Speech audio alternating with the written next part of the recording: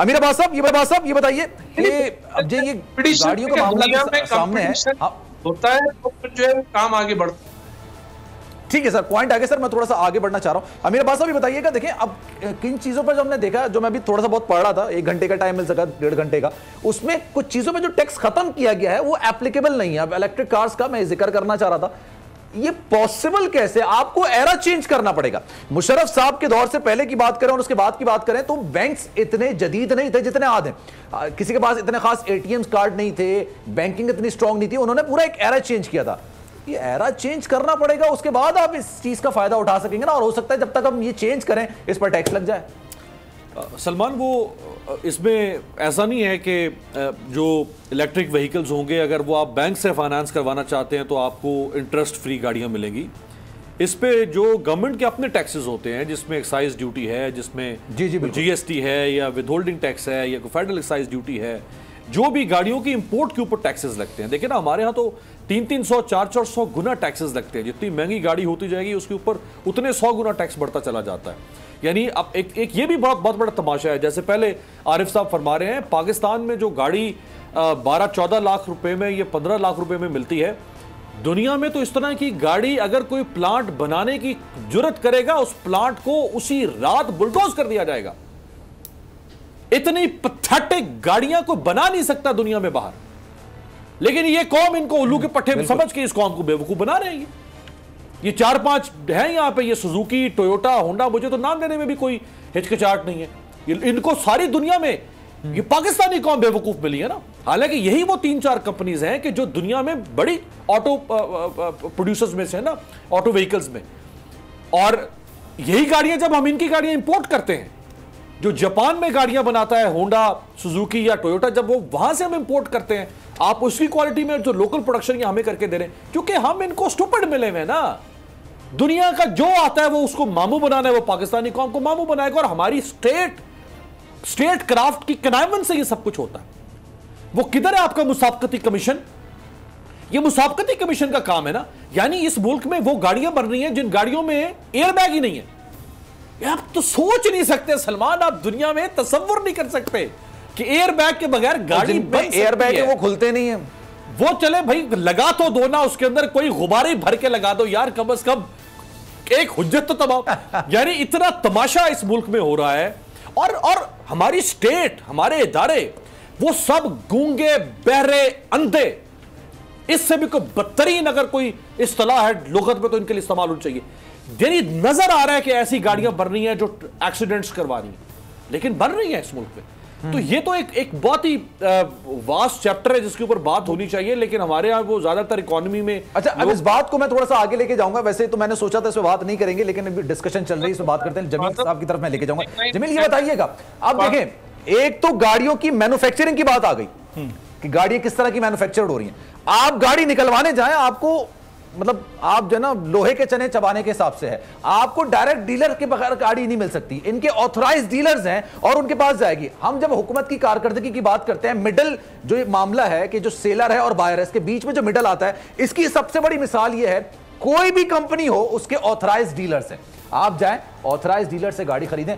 अब अगर वो कीमतें कम भी करेंगे, ऑथराइज डीलर नहीं कम करेंगे, क्योंकि उनके पास 200 लोग पीछे खड़े हैं गाड़ी खरीदने के लिए। जमील साहब की इजाजत से सलमान एक कमेंट देखिए, ऑथोराइज डीलर से गाड़ी लेना तो यार उसमें तो कोई कबाहत नहीं हो सकती है। ओन ये इतना बड़ा धंधा इस मुल्क में, इतना बड़ा बदमाशी, ये तो रस्सागिरी है। ये दुनिया में कहीं नहीं है कि ओन गाड़ी के ऊपर, तो वो भी 4-4 लाख। सर वही तो ओन खड़ा करते हैं, और कौन खड़ा करेगा? कंपनी थोड़ी कीमत बढ़ाती। सलमान, जिस तरह अभी आपने ब्रेक से वापस आने के बाद एक कमेंट किया था कि कारकर्दगी 0/0, तो 0/0 अगर आप टर्मिनोलॉजी को मैथमेटिक्स की लैंग्वेज में ट्रांसलेट करें 0/0 को, तो 0/0 इज इक्वल टू 1 होता है। याद रखिएगा, 1/1 is equal to 1, 0/0 is equal to 1, 100/100 is equal to 1। ये मैथमेटिक्स की लैंग्वेज है। तो जो इस लैंग्वेज को समझते हैं ना, वो अंडरस्टैंड है। सर ये बताइए, अरे सुन तो लेना, मैं पॉइंट जो कह रहा हूं वो अंडरस्टैंड कीजिएगा इसको। अच्छा चला, यानी 0/0 इज इक्वल टू 1, यानी 100% परफॉर्मेंस को शो करता है। याद रखिएगा, इसकी टर्मिनोलॉजी है। ये स्टैट्स की टर्मिनोलॉजी है हमारे यहाँ, ये गलत इस्तेमाल होती है कि 0/0 का मतलब 0 है, ऐसा नहीं है। 0/0 का मतलब 1 है। इसी तरह से हर लेमैन, हमारे अंदर मौजूद हर लेमैन वो चाहता है कि जो वो कह रहा है वो शायद उसकी नजर में दुरुस्त है, हालांकि जो आपके पास एक्सप्रेशंस होते हैं, एक्सप्रेशन एज ए लेमैन, वो ये कह रहे होते हैं, क्लेम कर रहे होते हैं कि आप बेहतर इसमें से रिजल्ट चाह रहे हैं, लेकिन वो जो टेक्निकल टर्मिनोलॉजी जानने वाला बंदा होता है ना, वो उसको रियलाइज करता है कि इसका एक्चुअल मतलब क्या है। इसी तरह से यहां जहां टैक्सेस में छूट दी गई है, जो इकोनॉमिस्ट है ना, वो सही तरह से आपको बताएगा कि ये छूट जो देने वाले हैं, ये जो टारगेट सेट किए गए हैं, ये दुरुस्त हैं या गलत हैं। इसी तरह से जो कंपनियां बनाकर बैठ रही हैं ना, उनको पता है कि टैक्सेस में छूट दी भी गई है तो उन्होंने खांचा कहां से मारना है, उनको पता है कि ओन के अंदर कहां पर बढ़ोतरी करनी है, उन्हें पता है कि डिमांड और सप्लाई के फैक्टर को मद्देनजर रखते हुए कहां चीजों को कम कर देना है ताकि टैक्सेस में छूट मिली भी है तो पैसा बढ़ जाए। तो ये आप और हमारे जो डिस्कशन का महवर है ना, वो डिस्कशन का महवर एक्चुअलिटी से हटकर है। हम अगर बेसिक टर्मिनोलॉजीज के ऊपर जाए ना, अभी हमारे साथ बैठे हैं दो इंपॉर्टेंट हमारे गेस्ट, आरिफ साहब भी और शुमाइल दाऊद साहब से भी, इनसे पूछ लीजिए कि 0/0 का मतलब स्टैटिस्टिक्स में या मैथमेटिक्स में क्या होता है, तो ये आपको बता दें। हमारे लोगों का, एशियन कंट्रीज के अंदर मौजूद लोगों का सबसे बड़ा मसला यह है कि we do have lot many things in mind and we don't have the ability to express that. तो हमारे पास एक्सप्रेशंस नहीं होते, हम अंडरस्टैंड भी उसी अंदाज से करते हैं। लेकिन मैं 0/0 कर रहा था कैलकुलेटर में, वो एरर दिखा रहा है वो ना 0 दिखा रहा है ना 1 दिखा रहा है, वो एरर ही दिखा रहा है इस वक्त। अच्छा चलें शुमाइल साहब की तरफ बढ़ते हैं। शुमाइल साहब ये बताइएगा, जो ये टैक्स वसूलियों का हदफ रखा गया है और जहां जहां टैक्स छूट दी गई है, आप समझते हैं कि प्रैक्टिकल पॉसिबल है या नहीं है?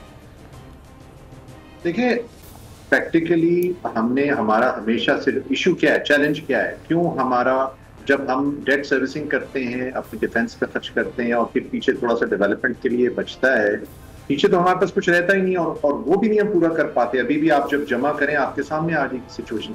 तो इसी वजह से हमारी फिस्कल, फिर हमारा ट्रेड डेफिसिट, ये तमाम चीजें जो है हमें डेट के ऊपर मजबूर करती हैं और वो लगातार बढ़ता जा रहा है। अब प्रॉब्लम क्या है कि agriculture out of the all the economy, हम एक अंदाजे के मुताबिक आधे से ज्यादा तो वैसे ही कोई नहीं देते, इनडायरेक्ट टैक्सेशन की मद में देते हैं, लेकिन बाकी तो डायरेक्ट टैक्सेशन में देते ही नहीं, और फिर एग्रीकल्चर टोटली आउट है उसके अंदर। तो अब जब आप ऑलरेडी आपके हाथ बंधे हुए हैं, फिर लोग जो है मतलब जो total tax to GDP ratio है, अभी भी अगर आप देखें technically speaking tax to GDP ratio 9 महीने की, तो वो तो कोई पॉजिटिव रिजल्ट नहीं देगी। ठीक है, वो बड़ा जरूर है, लेकिन वैसे आप जब उसको कंपेयर करें तो वो कोई पॉजिटिव रिजल्ट नहीं दे रही, वो पिछले मुकाबले में कम हुई है। तो ये तमाम चीजों के साथ फिर हम ये तमाम जो अपनी ख्वाहिशात हैं, वो हम हर शख्स चाहता है, जिस तरह अभी एक डिबेट हो रही थी, वो कैसे पूरी हो सकती है? उसी सूरत में हो सकती है। लोग जो हैं वो आदी नहीं है, डिसिप्लिन का मुजाहिरा नहीं है। में कैसे पूरी होगी? अगर आप इन्फ्लेशन जो कि हुकूमत बता रही है कि 8 पर है, ठीक है, ग्रोथ अगर हम 5% रख देते हैं, ये 13% हो जाती है। हमने 24% का रखा हुआ है। 24% एक्सेप्टेबल, प्रैक्टिकल, पॉसिबल है? मुझे नहीं लगता। फिर ये मिनी बजट से पूरा, आपने मिनी बजट का कहा ना, मैं आपको बताता हूं। देखें, पिछले गुज़िश्ता साल में पूरी दुनिया की जो कंजम्पशन थी, पूरी दुनिया की जो प्रोडक्शन थी, वो डाउन थी, इसीलिए तेल की कीमतें गिरी भी थी। अभी जो उनके मुल्क खुलते जा रहे हैं, उनकी वैक्सीन होती जा रही हैं, ये तेल की कीमत ऑलरेडी बढ़ना शुरू हो गई है। अब ये बढ़ेगी तो हमारा जाहिर बात है एक बहुत बड़ा हिस्सा तो इसके ऊपर आ जाएगा। तो ये इनडायरेक्ट इन्फ्लेशन आनी है, तभी तो वो IMF पुश कर रहा है कि लेवी आप 30 रुपए उसके ऊपर लगाएं और 600 बिलियन और कितना उसमें से करें। हमारी कोशिश है, हुकूमत कह रही है कि नहीं, हम 450 बिलियन इससे इकट्ठा करेंगे। तो कहने का मकसद है कि ये मिनी बजट तो लाना ही पड़ेगा, क्योंकि ये अचीव नहीं हो सकेगा, मुश्किल होगा। लेकिन हैविंग सेड दैट, होगा कैसे या कैसे किया जा सकता है? टैक्स रेट्स को कम किया जाए। देखें, कंस्ट्रक्शन के लिए हुकूमत ने एक बहुत अच्छा जो पैकेज दिया, उसकी मद से कोई ना कोई पैसे तो आए ना, सिस्टम तो चला। तो अगर हुकूमत जो है वो टैक्स रेट्स को कम करेगी, ये अगर पायलट भी समझे, तो उसकी नतीजे में डेफिनेटली लोग ज्यादा आसानी से आ सकते हैं। एटलीस्ट इंसेंटिव तो है। सो विदहोल्डिंग टैक्सेस अगर कम किए जा रहे हैं, अच्छी बात है, लेकिन क्या डायरेक्ट टैक्सेशन और उनके स्लैब्स और इस तरह की चीजें अगर होती तो वो भी ये इंसेंटिव हो सकता है कि हम ज्यादा लोगों को फोल्ड के अंदर लाएं, ताकि हमारा जो कलेक्शन है वो बेहतर हो। इसके अलावा फिर टेक्नोलॉजी की मदद से, जैसे अब नादरा में भी चेंजेस आ रहे हैं और उम्मीद कर रहे हैं कि नादरा की मदद से, टेक्नोलॉजी की मदद से और जो उनके पास डेटा है उस डेटा को यूज करते हुए हम इसको बेहतर तरीके से ला सकें। लेकिन जो मैं खास तौर पे जो चीज मेंशन करना चाह रहा हूं कि जो मैंने पहले भी मेंशन की कि जब तक आप ब्लाइंडली पैसे फेंकते रहेंगे without working, without micro details, तो आपके नतीजा ये होगा कि रिजल्ट्स नहीं आएंगे। अगर तो बॉटम अप का जिक्र किया आज मिनिस्टर साहब ने कि जी हम बॉटम अप अप्रोच करें, क्या ये वाकई बॉटम अप अप्रोच है? क्या माइक्रो लेवल पे वो वर्किंग हुई भी है, जिस तरह अभी जिक्र हो रहा था डिस्कशन में? अगर वो वर्किंग हुई भी होगी तो फिर आपके जो अहदाफ हैं वो हासिल होंगे। अगर हमने बैठ के एयर कंडीशन कमरे के अंदर ये फैसला किया है कि ये पिछली दफा था, इसमें 10% बढ़ा दो, इसके ऊपर इतना बढ़ा दो, इसको इस तरह बैलेंस कर दो, तो फिर ऑटोमेटिकली वो अहदाफ सही तरह हासिल नहीं होंगे और रिजल्ट यही होंगे जो पिछली 7 दिहाइयों में आए हैं। हुकूमत तब्दील होती रही है लेकिन फंडामेंटली किसी ने अभी तक इसको चैलेंज नहीं किया कि हम बजट को रीएलोकेट करें और एलोकेशन जो है वो रियलिस्टिक बुनियादों पे करें। हमें अपनी जो विश लिस्ट है उसको चेंज करना पड़ेगा। ठीक है,